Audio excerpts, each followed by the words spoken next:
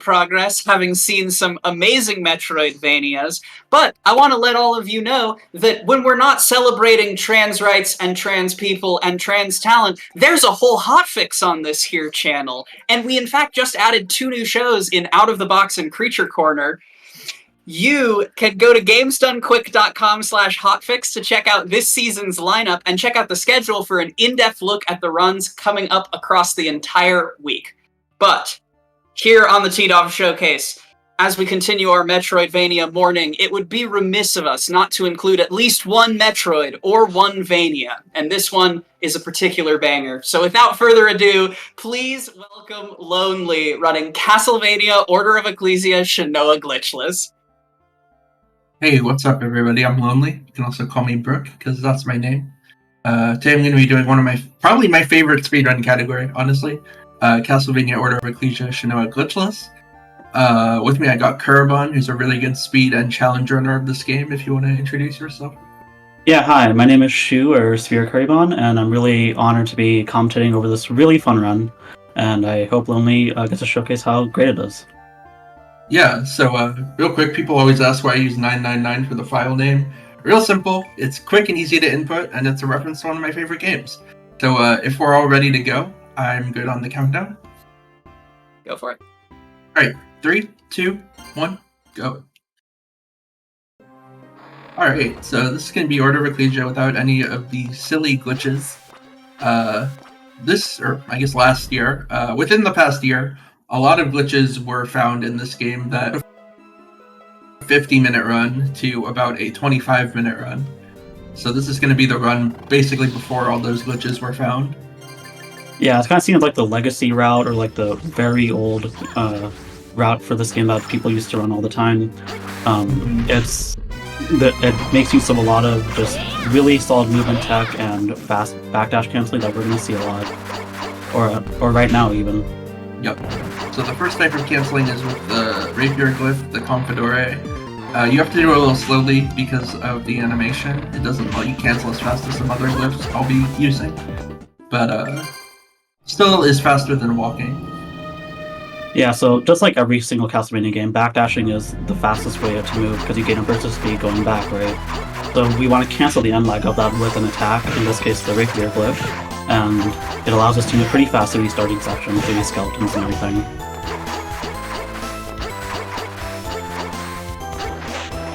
So Lonely's going to be grabbing the warp here, so we can use it later.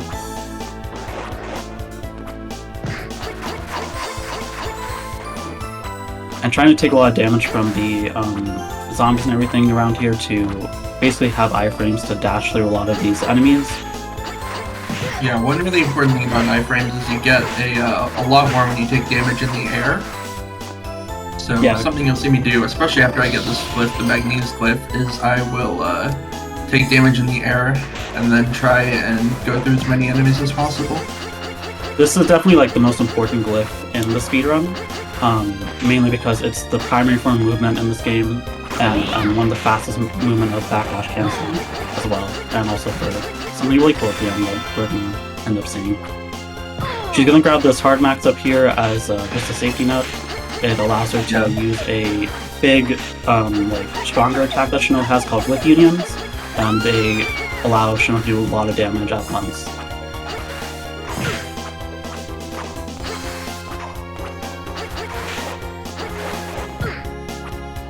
Yeah, so going through here. On it with the spinning. Yeah. A lot of Shinoa gets a little dizzy. Yeah, this room is a really good example of like just how the movement is going to be. There's just a lot of backdashing and intentionally getting hit by zombies there, just to get to the room a lot faster.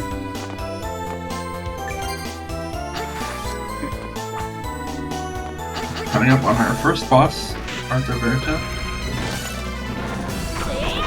So this boss can be a bit tricky. This rolling attack here, Arthur Verta always does it once, and it's RNG if they decide to do it again. You ideally don't want the boss to do it again because it does waste a lot of time. We're just going to be using our unions here to get at least 4 hits of 17 damage on the boss, and hopefully kill it pretty quick.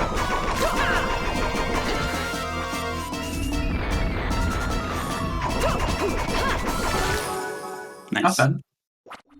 Yep.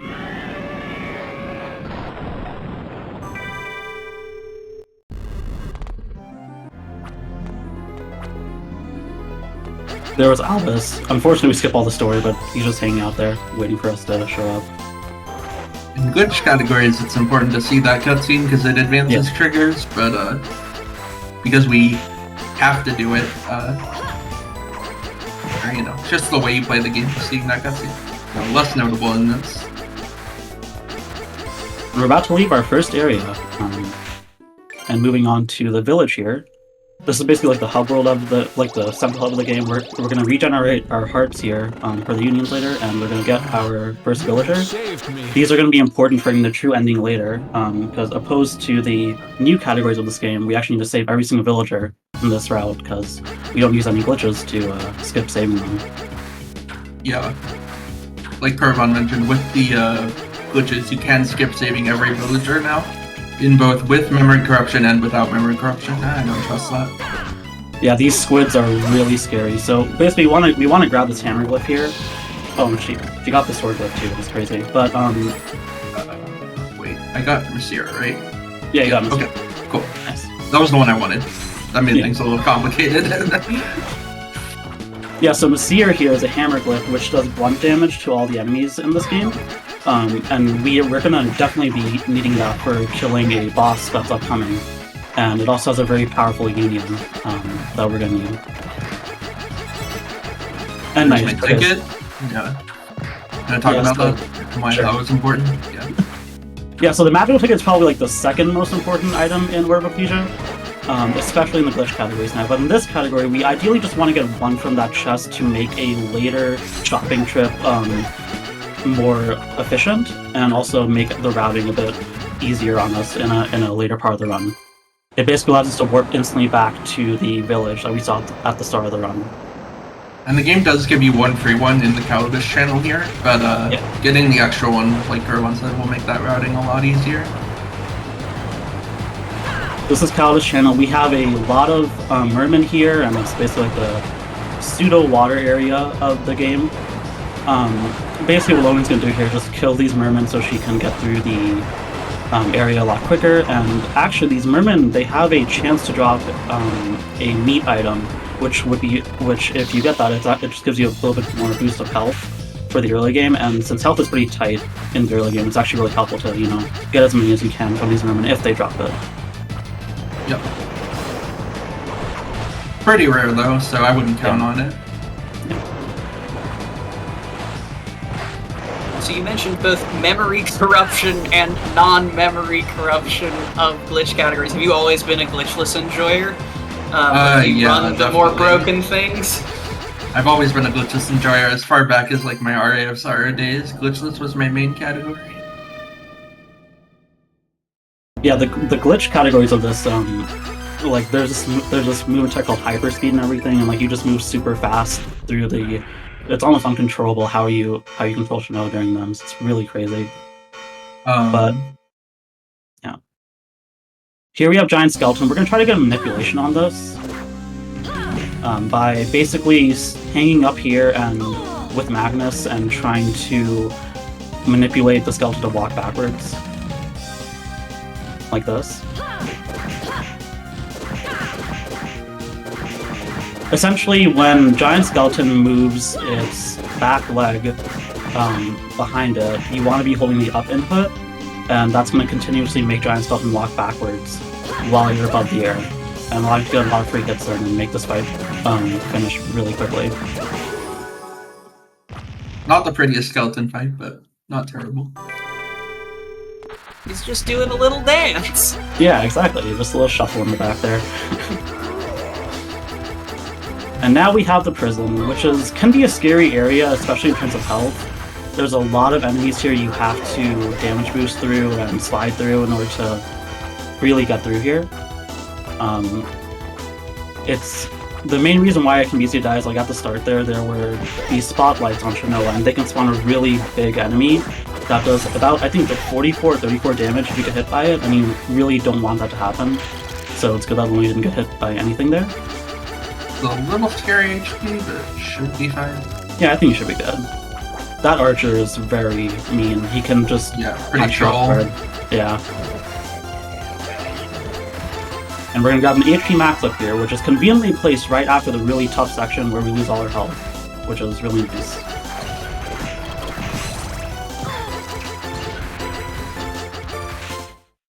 Alright. And we got our first Dominus piece here. You need the 3 Dominus pieces to seal away Dracula, but they also have their own use in the speedrun. Yeah, so basically those glyphs, they deal damage to Shanoa for a huge damage output, and we of course are going to take a lot of advantage of that throughout the run.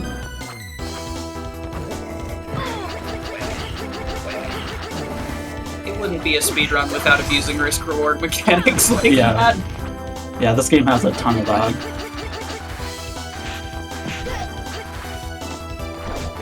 Oh, that's a mean spear guard. Gonna take a safety save here. There's an upcoming trick that's actually really hard to do sometimes. But we also got a heart max up here, allowing us to gain more use to our minions. Another magical ticket, nice. It's actually quite nice. I actually forgot you could even get magical tickets here, so that's pretty good. Grabbing the Falchus glyph for later. It's a sickle glyph.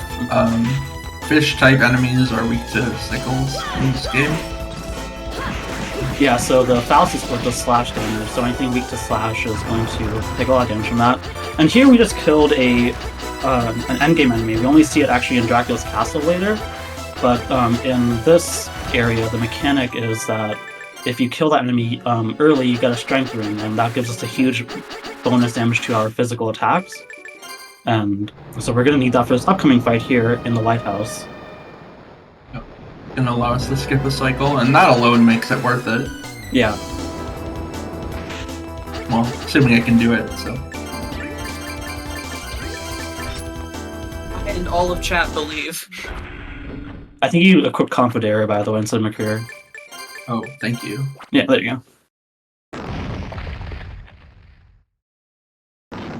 So this is Crab. It's an auto-scroller fight, and basically you want to do enough damage to move to the next phase, so we're going to try using Hatred and Mystere to do as much damage as we can on this thing. Didn't get the double hit.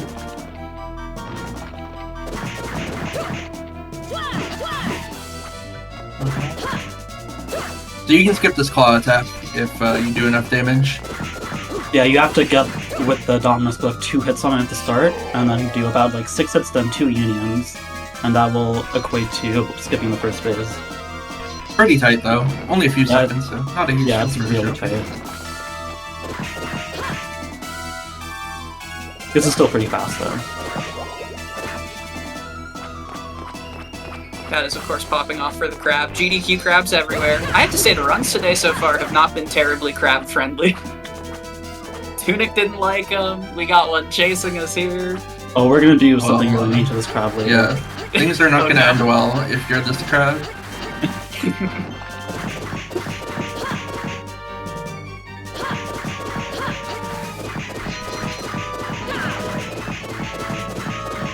Yeah, just a lot of hammer swings here, just trying to get that crab HP really low so that we can quickly move on.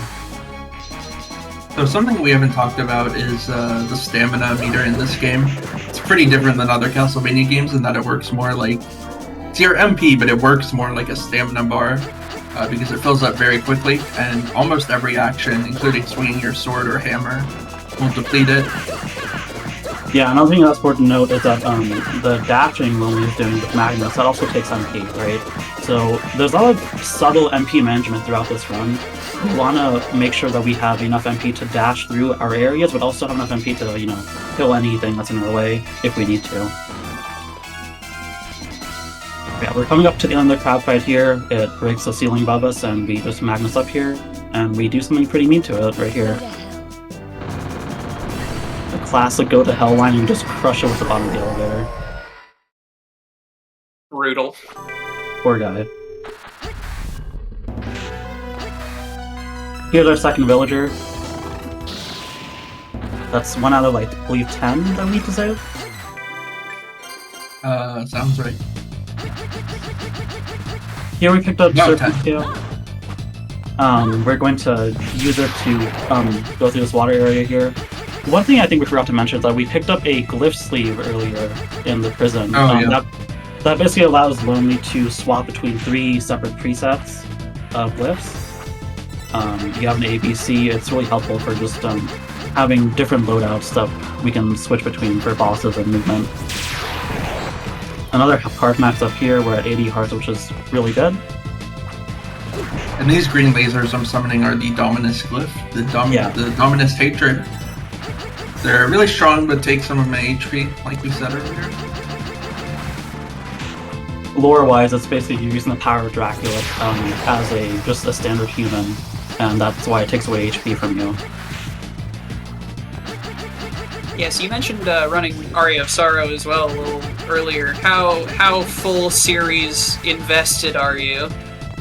Let's see, I've run basically all the Metroidvania ones at this point. I've run Symphony of the Night, Harmony of Dissonance, Aria of Sorrow, and all the DS ones, so Dawn of Sorrow, Portrait of Ruin, and this game.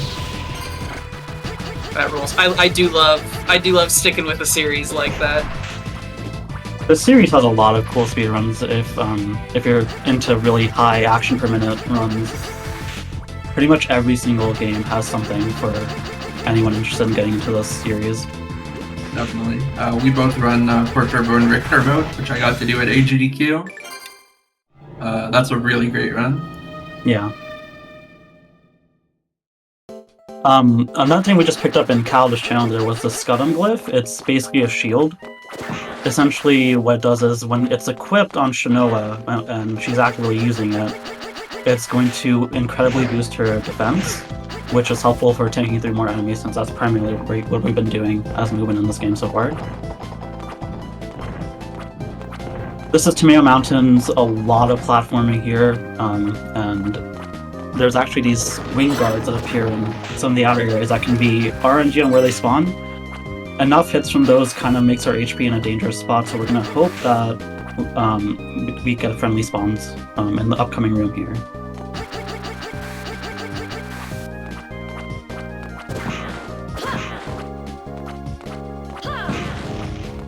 There's another showcase of that Mysterious Union there. It kills that Pro and that Rock Arm in a single hit, which is... and then right there again. Oh, okay. Yeah. Nice Wow. pattern. Rude. Yeah, so they spawn from the sides of the room, and of course Shanoa has to be on the side of the room to progress. So it's really hard to, if they spawn badly, to really adapt and make sure you don't get hit by them. But yeah, we're gonna take a safety heal here because 88 health is a bit too low for Rubus Forest, or Misty Forest Road.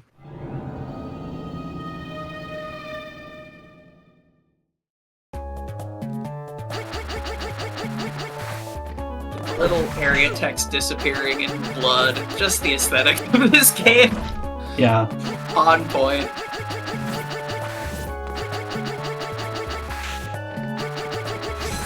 Yeah, so dashing through here, these Gravediggers are pretty dangerous. They can do a lot of damage to you. They're probably they're a really strong enemy in this area. But here we're going to get an upgrade to our Hammer Glyph, as if it wasn't already strong enough, and we're going to use that in the next area, which is where every single enemy is actually going to be weak to that glyph.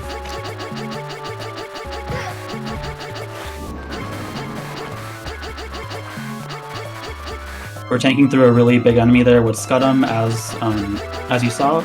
It actually increased our defense by quite a lot, allowing us to not take as much damage from that wall of enemy we just saw in that room. I'm gonna take another safety heal. Yeah. 106 I could. Actually, I'm gonna save you. Okay, yeah, that's fair. Yeah, this next area is really dangerous. A lot of things can go wrong here. Definitely one of the biggest early to mid-game and run killers in Glitchless.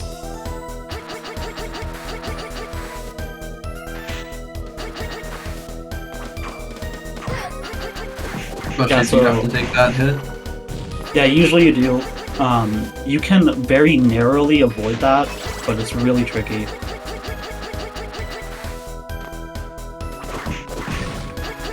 Here we're gonna kill some more skeletons. So this is called the Skeleton Cave. Basically, it's the home of the skeletons of this game, basically.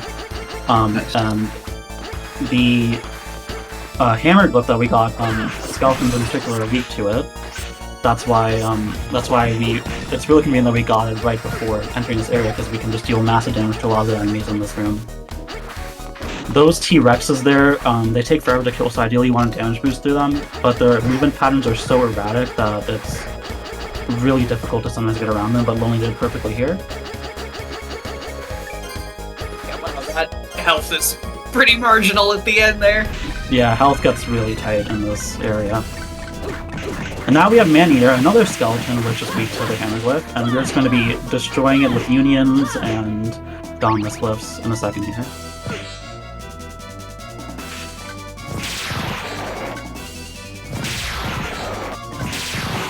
Yeah, basically just using Hatred to get a lot of those hits in, because with this boss, the tentacles and the head, they all have their own damage hitboxes, so you can use Hatred to get a bunch of hits in of 74 damage, and it kills it really fast.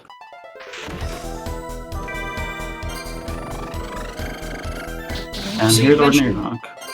You mentioned the type chart a couple of times throughout this, such as fish weak to sickle and skeleton weak to hammer. How like dense, how many different types of damage and enemy are we concerned with in this game?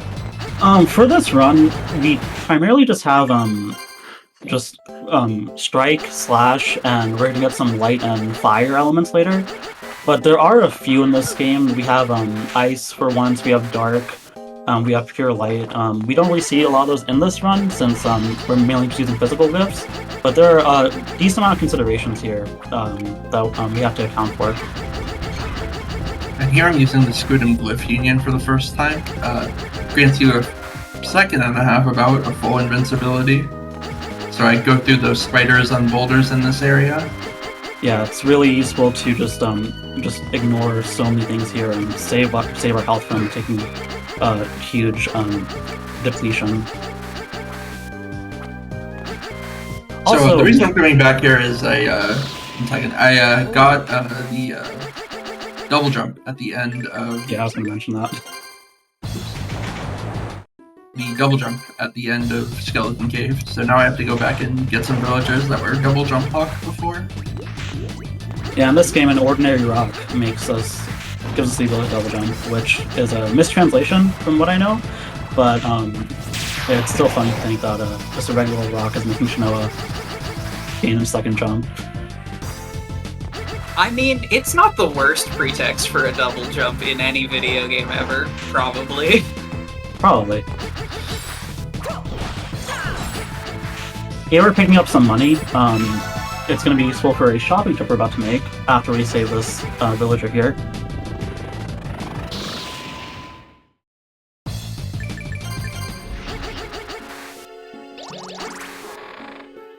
I didn't mean to do that. Whatever. Welcome. Hey, want to buy something? Yeah, so here we're just going to stock up on a lot of magical tickets and a lot of meat. Come back again. The meat's going to be for healing for just throughout the run, primarily late game.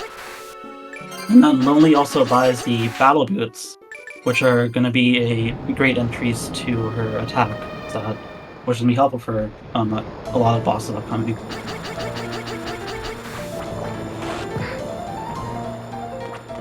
So we're in Somnus Reef. This is the second water area. Here we're going to make use of more Scuttle Minions and getting past a lot of these enemies that will poison Shinoa if she gets hit by them. Poison is particularly bad in this game because it lowers all of your stats and your attack, primarily, which we don't want. On top of dealing incremental damage. Yeah. And every health point matters in this game. Yeah, for real. We really don't want to be getting hit at any point unnecessarily. There, she picked up the reinforced suit, which also gives us more attack. And we're going to save our next villager here.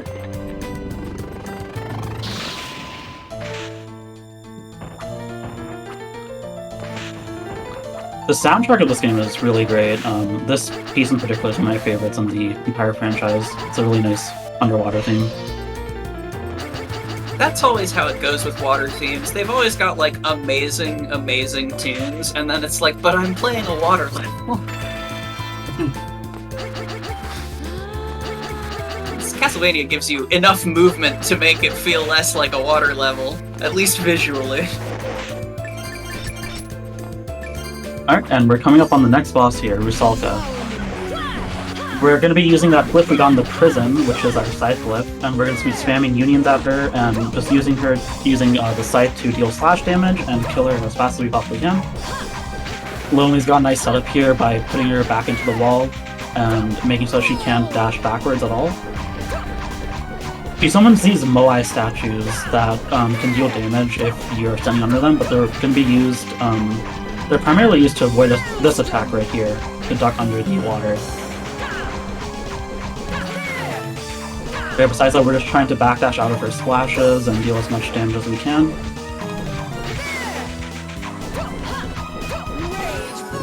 And that's it. Yeah, that's a good fight. Very clean. That fight is deceptively difficult because she has two attacks that have an extremely similar animation. So you have to discern between them in a matter of frames. Yeah, it takes a lot of experience with that fight to really understand like what she's about to do and avoid them in a way that doesn't drain your health. Because I believe if you get hit by one splash, you cannot tank anything else in that fight besides more splashes. So like if you try to tank the water storm that she did, you'll probably die if you take a splash hit. Are most of the boss fights in that game on that thin of a margin? Roughly. Yeah, usually you don't need to tank hits though, so you can afford to take one or two hits. Yeah. If you mess up. It's just that fight is the only one. Sorry. Yeah. Oh, sorry. Yeah, it's just with Rusalka, you want to tank the hits if you're going for like a world record run or like a PB run, because it just saves a lot more time than just hanging out under the pillar right there. But we're trying to be safe here.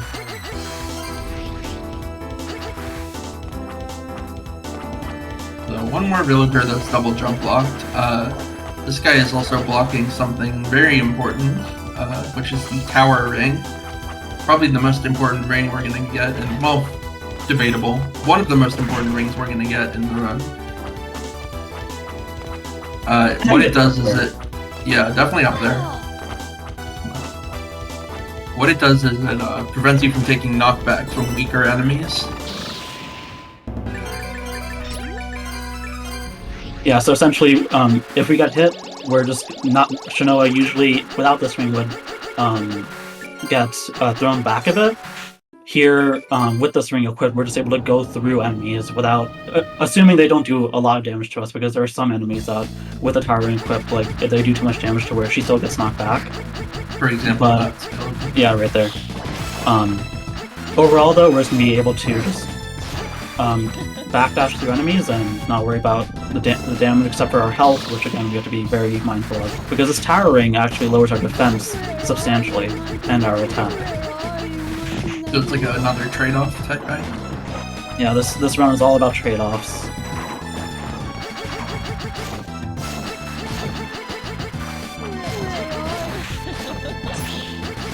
This is by far my favorite area in the game, by the way. I just love the enemy aesthetic here, just like the backgrounds and everything. Yeah, the music is Castlevania at its most Castlevania, and I do mean that as a compliment. So there she grabbed Volsicare. That is an upgraded sword glyph. That's going to be helpful for this upcoming boss right here. This room is a bit tricky. There's so many ectoplasms you gotta go by, and their movements are complete RNG. If you get hit by them, it will give you a curse attribute, which is going to drain your MP bar, and we kind of need that to move through the area fast.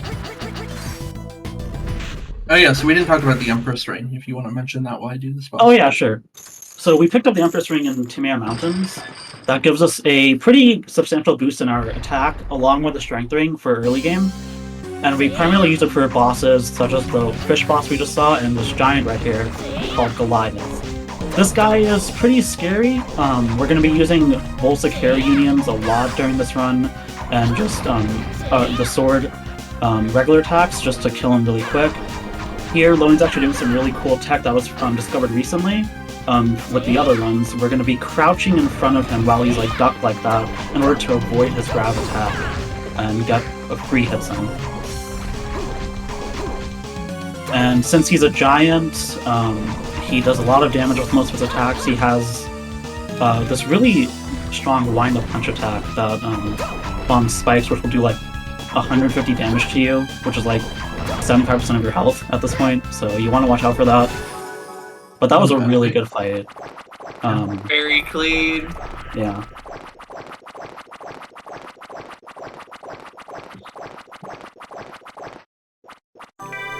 Cool. And now we're gonna get get the second Dominus piece. Yep. This is anger. It's Dracula's meatball attack, if you're familiar. The classic fireball, a meatball, high damage attack. It's used less in the run than Hatred, I would say, but we're going to see some use of it in the upcoming bosses. Another mountainous area here, a lot of tight enemies we have to dodge. Enemy placements, I mean. If you remember from the start of the run... Oh, what? Okay, I've only done that boost like once ever, so probably shouldn't have done it here. That's the marathon energy, baby! Yeah, so that was the boss from the start, that giant skeleton that we saw. It's now a regular enemy. That's a common thing to do in Castlevania, is to place the starting boss as a regular enemy. Here, though, we can go, since we have double jump, we were able to just dive kick through it, or down cruise through it. And here's our next villager. Just hiding behind the also last, I think? Yes, that's our last villager. So. Have unlocked the conditions for true ending. Yep. This room is kind of mean, those ectoplasms again, complete RNG movement, and you have to scale that room vertically, so if you get hit there, they'll curse you, like I said before. It's actually not that big of a deal getting cursed there, because by the time you get up to the top of this room, you usually lose that debuff, and you can start Magnus canceling during this part again. But ideally, you don't want that to happen anyway. And then in this room, I'm going to refresh the room so the enemies don't attack me while I'm absorbing the glyph. And here I give Vol Hosta, which is only going to be used on one enemy, one boss. But it's very important for that boss. It's the Lance glyph, and that enemy is weak to, is it Pierce? So it all just does slash damage, and Albus is going to be weak to slash, yeah. So. Okay, slash.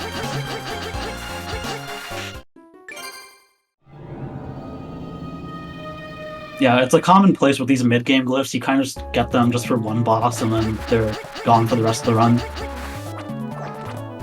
When they're so conveniently on the way like this. Yeah, it's something I never really realized until I ran this game, but like these glyphs are just kind of there for you in like the best possible spots. It's really helpful. It's very kind. And speaking of very kind, chat, I see all of you popping off with the trans rights. Thank you so much for all the support for our runners today, for trans people in general, and for GDQ Hotfix. It means the world to me and to all of us. Yeah, don't forget gift subs are 35% off, so if you want to support GDQ Hotfix. They didn't tell me to say that, but I'm going to say it. It's appreciated. No, and being able to support the channel and the work that we do here, including specials like this one, we got a day and a half still. We're still in Metroidvania morning. No one checked the time. We got so much more trans excellence coming up. Yeah, so many cool ones on the schedule.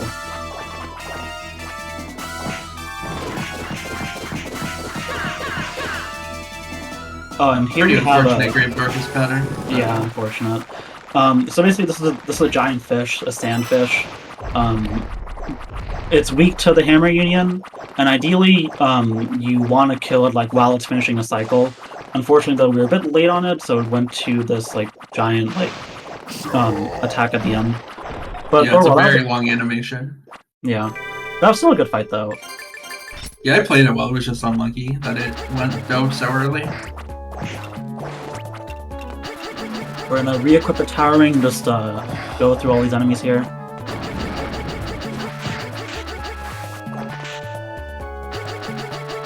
And here's the final glyph of Dominus, but Albus comes and steals it before we can take it. Yeah, I think is what happens. Yeah, he's basically like, I don't want you to have it or something, and he just goes away. We gotta make a quick stop at the start of the game here to visit Barlow because he's gonna tell us where we gotta go next. And then we're gonna continue on to probably one of my favorite areas in the run in terms of just movement. This is the Swan. Basically, what we're going to be seeing here, there's so many enemies that just like they take up the entire screen, so we really can't avoid getting hit by them. So we're just going to be backdashing through them and doing a lot of cool jumping strats, like these dive kicks here, to just get through this area as fast as we can. And it just looks super cool in my opinion. It's really satisfying to pull off when you do it. Yeah, also, a really small thing is I usually have to land cancel my dive kick animation with a jump. If I land in the swamp water, I don't have to do that. Yep. Really small tech.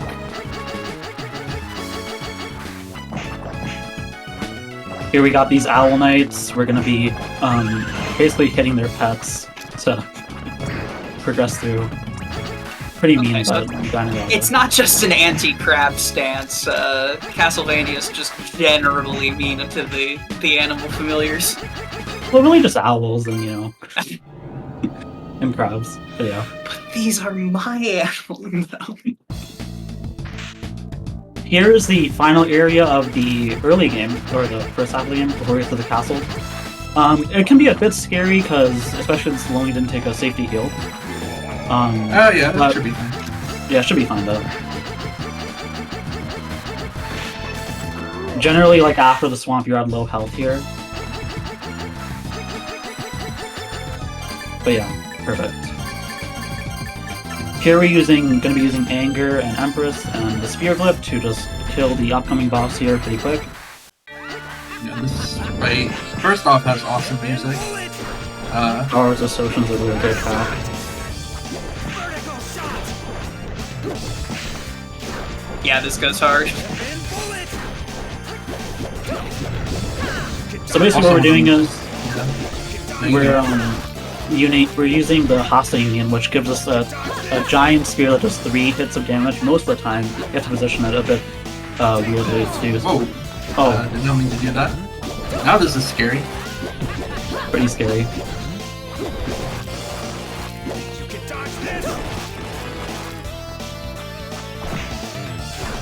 Nice. Never any doubt. Yeah, he does a lot of damage, but he's easily manipulatable. If you just like jump above him, he always has like this fire kick attack. So if you're really struggling, you can usually just do that to ensure that you beat him. And here I have to switch my controls. No, I do not want to load a save. This breaks the layout. Sorry. Okay. So basically, quick kills with my dashing controls are not really feasible. So I switched back to default. That's not where I wanted to go. That's also not where I wanted to go. Oh my goodness. This map screen has surprisingly strange controls sometimes. It is so hard to control it. On DS, you can use the touchscreen, which you can here too, but it's a lot slower. Yeah, you gotta use your mouse here. It's honestly really better with the touchscreen. But what we picked up from Alvisser was this clip called Dominus Agony. It gives us a huge increase in our attack stat, but it also drains our health really, really fast. So what we do there is we use Grando and a physical union, or a physical glyph, to do this giant ice sword that kills this guy in like 6 hits. And we're going to be seeing that for the entire run after this, just with a different glyph later. The downside of Agony is it does make a lot of these kills really tight and really scary, so it's going to be really easy to die in the second half of the run here. Yeah, this has been deathless so far, which is good, but I would say the castle section, second half, whatever you want to call it, is where the most deaths happen. Yeah, definitely the scariest part here. Because all these enemies here, they're going to be doing a lot of damage to us, and we have the tower equipped, like I said before. So we're going to be taking so much damage from them too.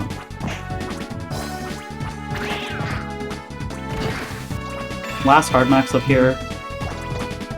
Or second. One more. Yeah. Going to be taking another safety save here. Yeah, I would normally skip that one, but I took a lot of hits on the first turn. Yeah, that room is kind of RNG with the Fleeman there. You kind of gotta be on your guard there to just iframe through them if you can. But it really depends on how they just want to behave. This room can be scary too. Those ghouls that are spawning on the bottom of the room, if you're not in the air, if you're like just dashing on the ground there, they can just spawn anywhere they really want, and they also poison Shinoa when they deal damage. So we really don't want that because poison sucks in this game.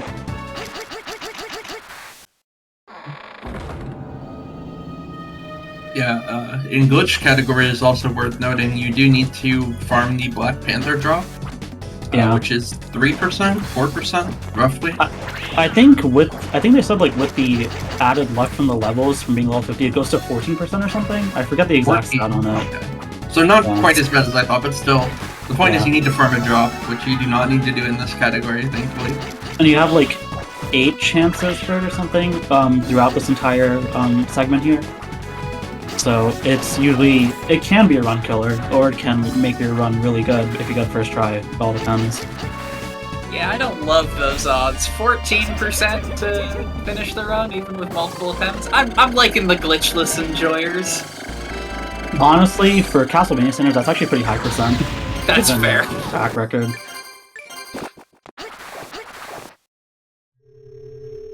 Here we just killed a boss in like 2 seconds because we made him get stuck in a wall. It's pretty mean of Shinoa, but we got this glyph that lets us go through walls now, and it's going to be useful for just general progression. Yeah, this track is iconic. It's probably Order of Ecclesia's most signature theme. It's called An Empty Tome, and it's probably one of the best tracks in the franchise.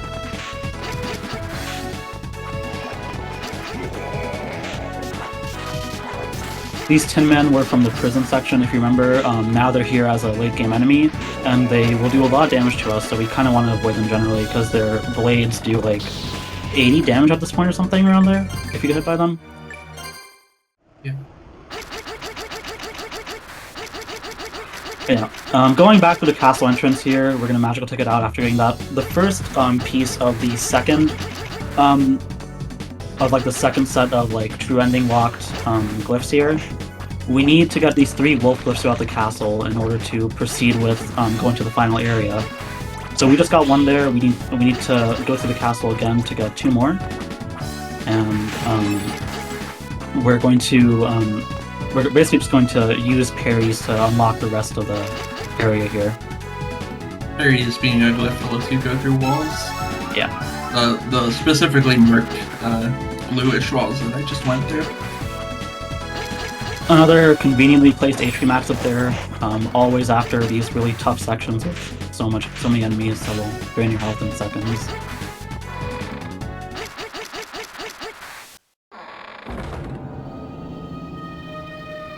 I love that these sub-areas get subtitles. The subtitles are so cool in this game. Alright, and here... Yeah. From the Nova Skeleton, the best glyph in the game, as far as attacking goes. Has Basically, light elements, multi-hit, anything you could, not anything, but a lot of things you would want in a glyph. Along with the light element, actually, it has some fire element properties to it too, which adds to the damage, since all enemies in this game are also weak to fire.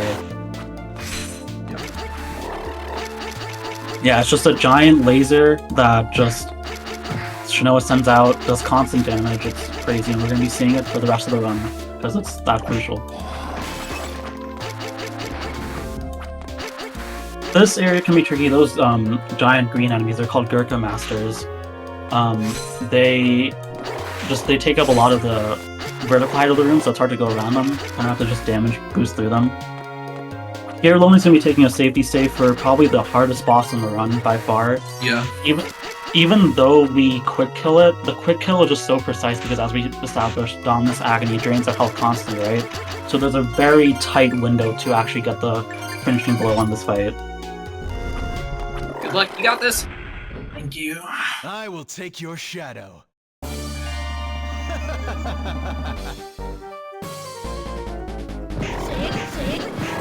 That is quite entertaining. Perfect fight. Nice. That was so good. Clean. Yeah, so basically we're combining the giant lightsaber sword, as people like to call it in the fandom, and just the regular laser to do just about 4,000 damage to Blackmore in only like 5 seconds there. That's pretty much all we have before Dominus Agony drains all of our health. And getting that last hit is very tight. Made it look absolutely easy. And yes, chat reaction to lightsaber. I think Castlevania can have a little bit of lightsaber as a treat. Here we're going to see our last use of the wall glyph. We're going to just go through this underground area to unlock actually a secret optional area that's going to give us probably the coolest glyph in the entire franchise. Yeah, coolest like movement option in almost, I'd say, like any 2D game. Yeah, I'd say. We'll see. We'll get there when we get there. Yeah. For now, though, we just got this pretty basic glyph called Rapidus Vio. I mean, I say basic, but in terms of its movement. If you remember Black Panther, or just from any dashing upgrade in the previous Castlevania games, it's basically just like that. It's a glyph that gives a huge burst of speed with by only using our MP bar once. So it's really helpful just getting through this area here called the Training Hall. This area is essentially just an obstacle course, a platforming obstacle course that has a lot of flames, spikes, and everything, and tough enemies that we just gotta get through.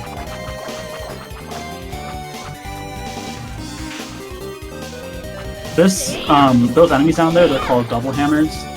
They can clip you through this. Yeah, and they will one-shot you. Yeah. So once again, using Magnus here, trying to go through these really difficult rooms here. Oh, that's unfortunate. Fine, it's fine. Yeah.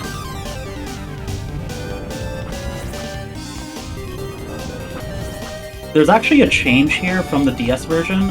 In the original DS version, there's a glitch here that you can do where you re-enter the room, and it will despawn certain spikes that were on that fire pillar to the left. And the runners used to be able to stand on that in order to skip waiting on that platform there.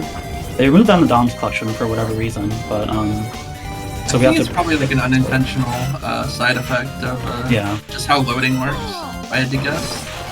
Because loads are a little faster on the Dominus collection. Yeah. I think also they did, because as far as I know, M2 rebuilt this entire game from scratch or something. That's what I heard for this port. So that's probably they probably forgot to just keep that in or just remove it on their own. But here we go. We got Redire or Redire. This is probably the most technical and coolest movement tech in the entire franchise. Basically, what we're doing is we're throwing these gray blades out, and we are using Magnus to latch onto those blades and have it drag Shinoa through the air. And it is the fastest form of movement in this game, and we're going to be exploiting it to just blaze through this castle in the air and skip so many enemies, and just and sequence break a lot later at the end. We're using skipping that water puzzle. Yeah, right there. And oh, watch out! There you go. The tower ring here is actually very important, because if we didn't have tower ring, we'd be getting hit by all these enemies and getting knocked back out of the air. With tower ring, we're allowed to just fly right through them, which is the main use of it in this run. Yeah, this absolutely rules. It is so fun. Everyone is like, oh, this moves a little bit. Yeah, once you know how to use this properly, Ecclesia becomes probably like one of the most fun Castlevania games, like by far. Especially in a randomizer setting, like this is one of the coolest things you can possibly get. Here we're gonna pick up an armor called Valkyrie Mail. It's essential because we needed to just lower the damage intake that Shinoa's going to take, because as you can see, we're pretty much hitting every single enemy with contact damage throughout this entire section. So the Valkyrie Mail is just going to give us a little bit more defense to allow us to not die as fast as we normally would without it.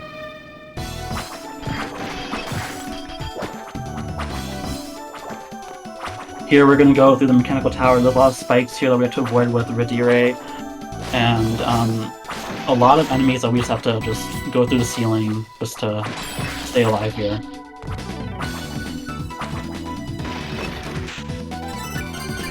There's a second piece of the Valkyrie mail. Those two alone give so much defense. There's actually a third set that's in the entrance of the castle that we skip. But as it is right now, we have so much defense that we should be fine for the rest of the castle. Good thing I grabbed that health. Yeah. Unfortunately, it's head right there. Also RNG, by the way, wherever they spawn. This game has a lot of subtle RNG like that. And here we have the Death Ring, probably the most broken ring in the game, and probably the franchise.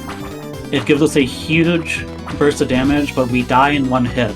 So if we're going back to those trade-off things, if Lonely gets hit once, then she's dead. So we have to be really careful with a lot of our boss kills and movement going forward. But here's Death.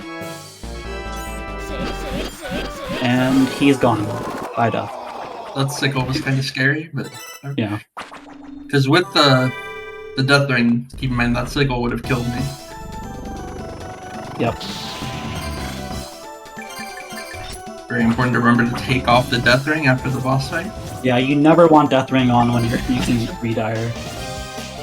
Yeah, have you ever lost runs to accidentally leaving that equipped a room I have not.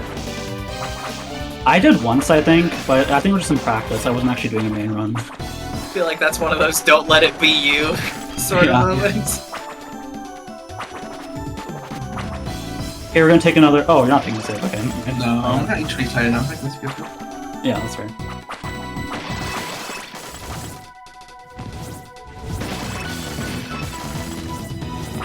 Yeah, killing Death with his own ring. It's pretty cool. So this is another like difficult section with Redire because there's a lot of enemies like that are like stacked like one after the other. So we have to like abuse iframes from the first hit in order to make it go through the other enemy just fine. And we're gonna see a bit of that here too. Actually, I don't think we are in it. Yeah, no. Here we're just gonna be going through the ceiling.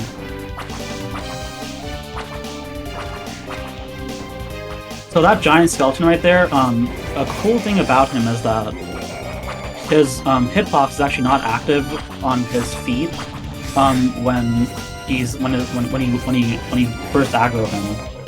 So you can actually just go through his feet without taking any damage with Redire. It's pretty useful. Alright, now we got Eligor. This is a really interesting Shadow of the Colossus type fight where you're supposed to hit the bottom and make him fall down so you can get to the top part, but with Ridire, I think we can do something pretty cool. Oh. It's fine. Yeah, basically we want to wait for the sword to come through, and yeah, we're on the back of him now. We're gonna do another blade here. Oh, that's unfortunate. Caught by the very end. It's really tricky to get up there because his hitboxes are so just weird, and like sometimes you just get hit by like nothing when you think you're fine. Yeah, this boss has very silly hitboxes. So much so that you can just phase through his leg with a certain union and Rapid Sphere that we saw earlier. But there we go, she did perfectly there. We're gonna use Death Ring, Knight's Go Union, and just kill him in seconds there. And normally you would have to go around to his back, wait for him to like fall down and go on his back and everything. We just fly up there and kill him in seconds. It's a really cool way to kill him in the speedrun. Yeah, that looked like what, 3 hits? Or yeah. You can do it in like 3.5, but yeah. And we got our final wolf glyph here. And now we're gonna head to the end of the game. So now that we have every single wolf glyph here, we can unlock a gate we're gonna see in a second here. But for now, we just have to go back through Death Tower here with all these Magnus pins just to get to the final area. Health is looking really good here. Yep. I also have a lot of resources. I have the super tasty meat, and I'm gonna pick up the ice beam. Yeah.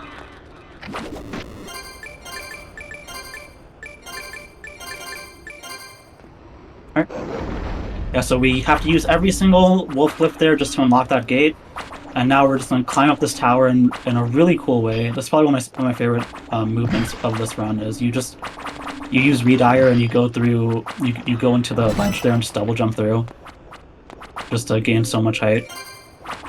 Gonna take another safety save here. We grabbed another healing item from that ledge right there called the Ice Beam.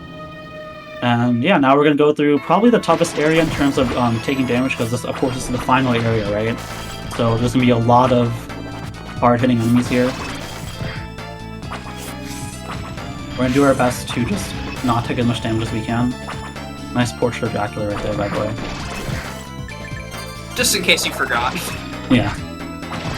Alright, and yeah, that's probably the toughest room possible in this entire area. Those final knights there, they deal like about 80 damage per hit there, and you want to get through them without taking a lot of damage there, because if not, then it really screws you over for this this room right here. But Lonely did it perfectly. We got our final heart max up, and we're gonna go kill Dracula.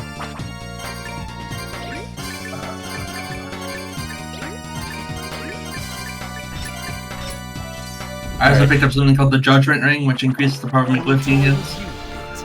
Get ready on time, by the way.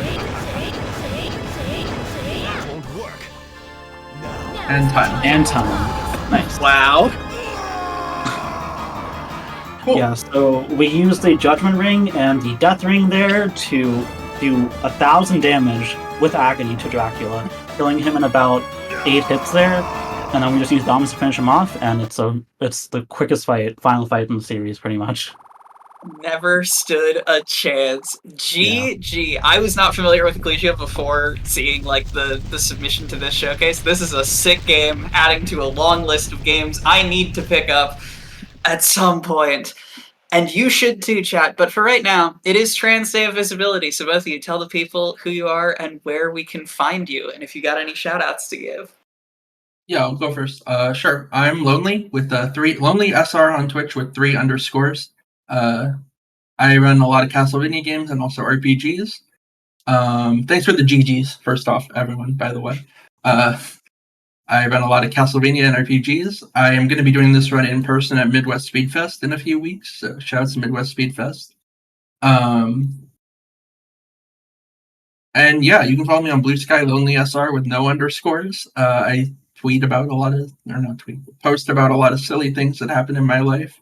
Mm-hmm. And yeah, Kuribon, take it away. Yeah, so I'm Shure Spear Kuribon. I have a YouTube channel where I also upload some Castlevania speedruns and challenge runs. You can also follow me on Blue Sky under the same name. And yeah, great run, Lonely. The time was really good on that too.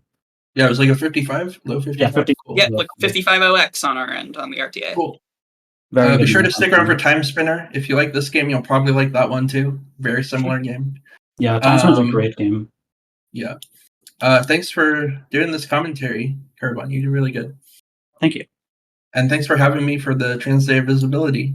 Trans rights. Yep, trans rights. Trans rights. Thank you both so much for that fantastic Castlevania-ing. We are, at long last, we are approaching. I can see the end in sight of our Metroidvania morning TM. We are going to take a quick break. So get some water, stretch, pet a small animal near you if that is an option available to you. And when we come back, there's going to be some Time Spinner. See you soon.